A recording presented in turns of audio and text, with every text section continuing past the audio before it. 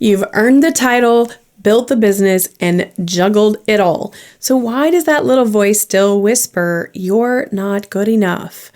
If you're a high-achieving woman struggling with imposter syndrome and self-doubt, you're not alone. And more importantly, you're not broken. In this episode, we dig into why so many successful women experience this. It's a painful disconnect between the real accomplishments that you have and how you actually feel about yourself. From social conditioning and workplace bias to internalized beliefs that you picked up in your childhood. The script that is running in your head may be holding you back without your awareness and certainly without your consent.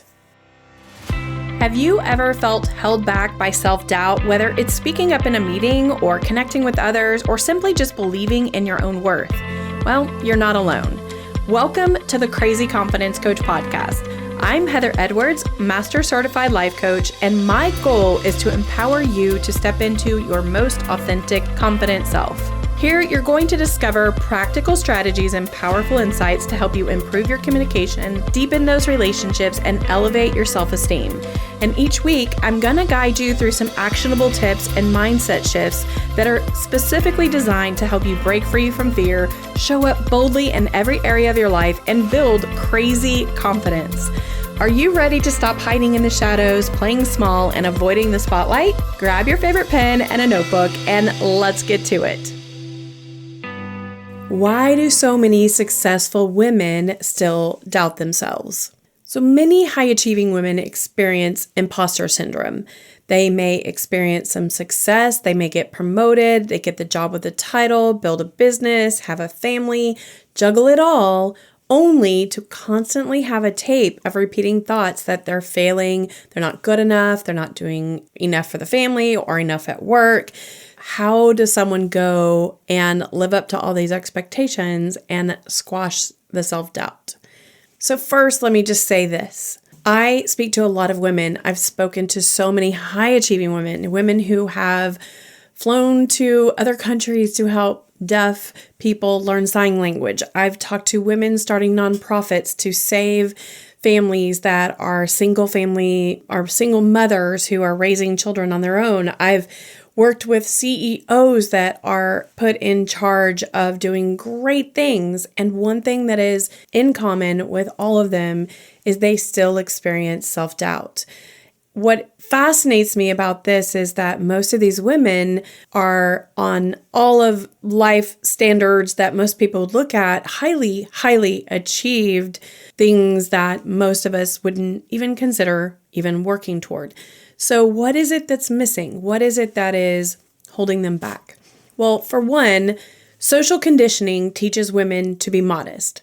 Oftentimes, that idea of being boastful or too confident is looked down upon with women. Have you noticed how men can be super confident and everybody admires that? But if a woman is super confident, holds her head high, brags a little bit about what she's accomplished, or says something about what she's accomplished, then there is this stigma with that they are somehow stuck up or somehow there's something wrong with them. That is a stigma out there. Actually, I will say this. I recently did meet someone who was talking about their accomplishments, and I had to catch myself because my initial thought was, why would she brag about that? She was talking about having 2 homes. And I remember I had to check the thought that I had was, well, that's kind of boastful. Why would you even have to mention that you have 2 houses? And I caught myself and corrected myself. If that's something that's important to her, why shouldn't she talk about it? That is such a beautiful thing that she is able to own 2 homes, maintain 2 homes, and also have a family and a business. And she's very, very successful. So I will say that yes, even though I'm very self-aware of what I say and how I interpret things and what I judge, there are just these things that we are built to believe about people when they talk about themselves, and most importantly, about women. Social conditioning is also one of the reasons women doubt themselves. If a woman is in a workplace and they feel like an outsider, or they feel like they're the only one, maybe they're in an industry that is primarily built of men, that is another way that she might feel naturally in a situation where she's going to doubt herself and doubt her value because she is different than others. Also, a woman who has internalized something that someone said about her during her formative years, or by someone she highly admired when she heard whatever was said about her or took what someone said about her seriously. And maybe she just never challenged that thought. Maybe you are that person sitting there where you have been given information, thoughts, or beliefs from other people about you, but you never challenged those thoughts. Now, we also have our own thoughts and our own internalization and our own interpretation of the world that we encounter, we take on, and we create belief systems and thoughts about them. So all of these things are the reasons that successful women still doubt themselves.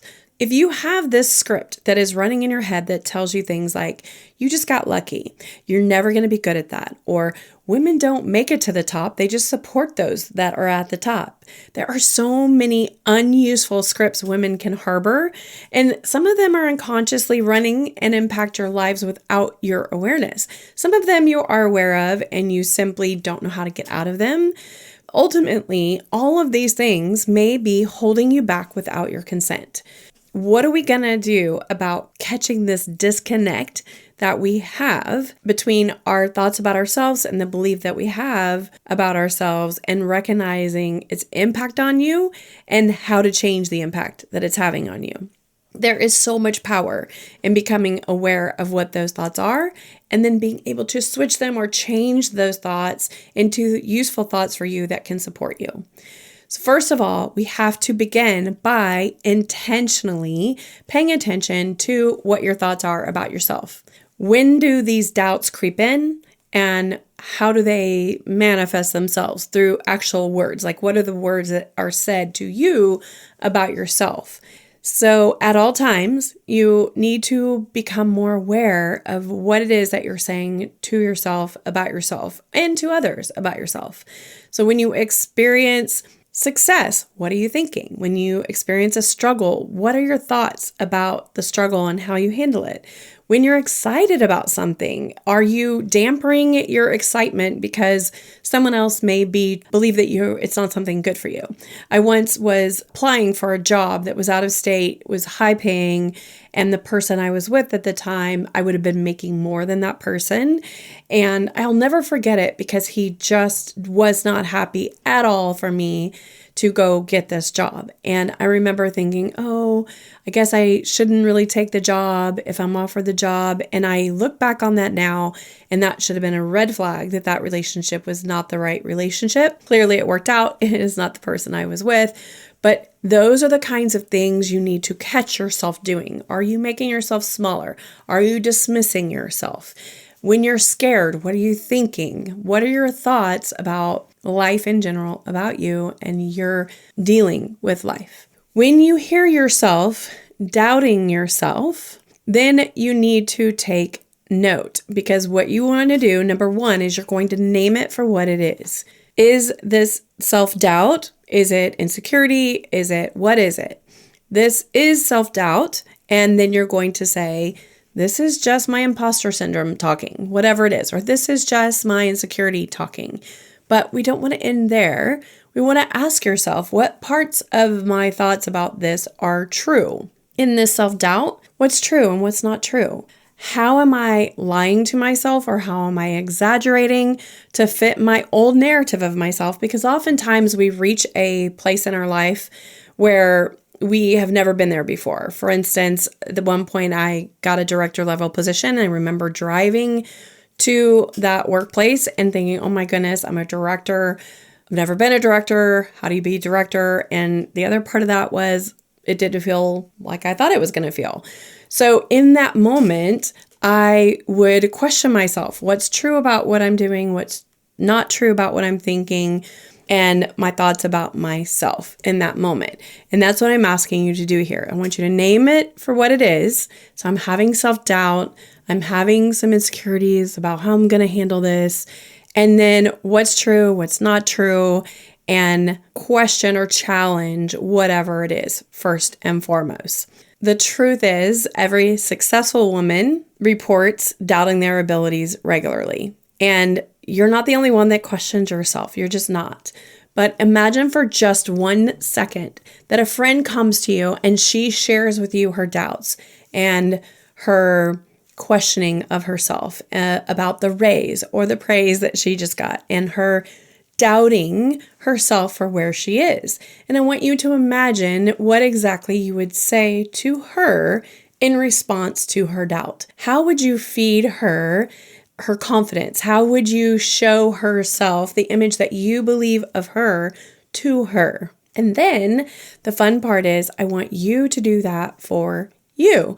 I want you to share with yourself, what would you say to you if you were on the other side of a table, and how would you encourage that woman of yourself sitting across from you? The interesting thing is empowerment, giving power is extremely useful. And oftentimes we do that freely with our friends and family and coworkers, but we don't do that for ourselves. So how can you empower yourself? Freely give yourself a pat on the back, give yourself encouragement that you need in the moment that you are doubting yourself. First and foremost, part of that name what it is process, and then give yourself a little pat on the back and the reality check when you're doing it. It can be really hard the first few times that you do this to give yourself a pat on the back or give yourself words to reframe what it is you're thinking or reframe thoughts in general. It can be difficult. And in order to do that, you may need a completely new way of thinking about you. And maybe it's because you're carrying a thought or a script from a teacher, a friend, a spouse, or someone in your past. But if you stay stuck here, if you stay stuck and you aren't able to reframe those doubts and thoughts that you're having about yourself, then you will have a very difficult time moving forward and seeing more success and getting past these challenges that you keep running into. So what I will tell you is take time for yourself, spend the money to sign up for a coaching session and get to the nitty-gritty of this doubt that you're having. Spend just a little time addressing it head on, and I promise you what you'll see on the other side of that is breakthrough after breakthrough of dealing with this type of issue with your thoughts. If you think that getting coaching is not useful, I've coached women who went from wanting to start a nonprofit and having fear and not being able to make ends meet to opening and successfully running a nonprofit that is really of her dreams and what she always wanted to do, and carrying a lot of people along with her in that process. And what I will tell you is that kind of breakthrough, that kind of choosing to get to the bottom of what's holding you back will literally not change your life, but it will change the lives of the people around you as well. So I'm going to ask you what doubts and insecurities are keeping a grip on you and preventing you from moving forward. Address it, get rid of it, and move on. It's super easy to sign up for coaching. You'd only have to do one session. Oftentimes you can break through things in one single session. But if you don't ever do it, you will spend the rest of your life wondering, what would I have done if I had done it differently, if I didn't doubt myself? What could I have accomplished if I didn't spend my time doubting myself? All right, so then the second thing you're going to do is you're going to use evidence and begin reframing your thoughts on you. When you have a thought that isn't supportive and you reframe it, you are literally creating new neural pathways in your brain. Each single time you reinforce that new pathway, it will make that pathway stronger. So what does that mean? That means the doubt, the insecurity, all of that gets less and less pervasive. It doesn't become the way you think anymore. You start believing the new thought that you have created. So how can you intentionally reinforce your new way of thinking? You're going to create a wins list, an evidence file. Use your notes on your phone where you just list anything that you have a win, a compliment, good thoughts, or milestones. This will do two things. It's going to give you a place to go when you're not able to reframe a feeling of doubt or fear or worth coming up. You will be able to go to this list and read over it and breathe into it every single day. Meditate on it so that you become more at one with it and you believe in it. And reading over the list will help you rewire your brain as well. And it strengthens that positive things that you are in habit of kind of dismissing. Another quick way to do reframing and evidence is to immediately challenge when doubts show up. When you have a thought, I'm not good at this, then you're going to force yourself to name 3 pieces of evidence for and against that thought. And yes, I said for and against. And what the goal here is trying to help your brain see what's true and what's not true and balancing those out, because we tend to think only the negative, or we tend not to even acknowledge the positive. What we need to do is balance that out and create a more realistic view of ourselves. And doing that is to immediately challenge it. Creating your win list, your evidence file, or your proof list, whatever you want to call it, and then reframing immediately to challenge it and coming up with evidence for and against the thought to kind of break that pattern of even having thoughts of doubt. Then the last thing we're going to talk about is borrowing other people's view of you. I've talked about this before in other places where we oftentimes, both for and against ourselves, borrow what other people think of ourselves. So when you're thinking of what people have said in your past that are negative, that don't support the best you, that's not where I want you to go here. That borrowing other people's view of you, don't go back there. What I want you to do is think proactively and now. So you're going to seek out a friend, a spouse, coworker, someone that you trust, someone that knows you and loves you. And I want you to ask them this question: what do you notice about me when I am at my best? Or what do you notice about me when you see me at my best? Then you're going to write down the words that they give you. And then you're going to revisit their thoughts, their view of you before you go into big meetings or environments that make you feel doubt or insecurities. That will be your proof or evidence also that you are not in a position to be doubting yourself all the time. There are a few super easy things that you can do with this and help with your doubt and your insecurity. But I will tell you the fastest way is to get coaching, getting someone outside of you to help you break it down and then give you new thoughts, help you create new neural pathways and move forward. And obviously that's great to go and get coaching over and over and to support yourself in that. But if all you can do is afford one coaching session, it is worth it to work on this, I promise. So let me review real quick. If you have a voice of doubt that is super loud and obtrusive, combat that voice with evidence from other people, with naming it and normalizing the doubt that you have. So in other words, just making sure you're not being overwhelmed by it. And then you're going to make sure you check into your evidence file. So you're going to constantly challenge yourself.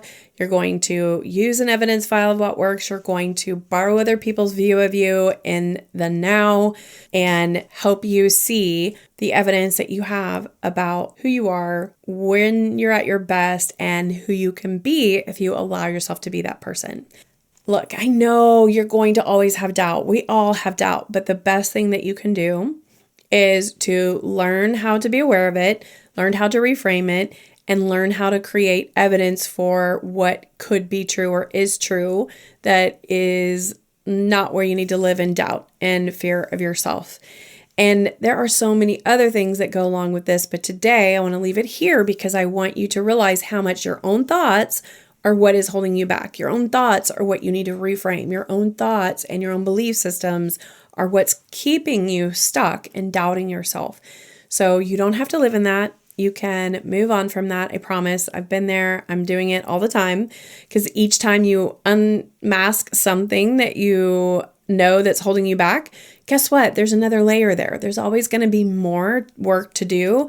We are on this journey on this earth to constantly become a better version of ourselves. And it just doesn't happen overnight. It takes one little piece at a time, one little change at a time, one choice at a time.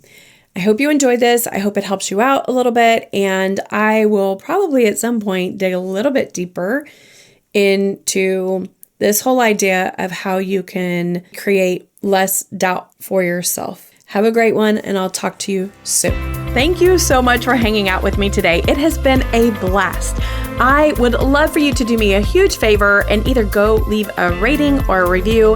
And if you really love the podcast or you've learned anything at all, please pass it on to a friend or a family member that might enjoy the podcast as well. That's how I grow, and that's how I'm able to continue bringing you content. If you are interested in coaching, just go to thecrazyconfidencecoach.com. You can sign up for a free discovery call there. Thank you so much for being here. I hope to see you next Tuesday so we can build our crazy confidence together. Love you big.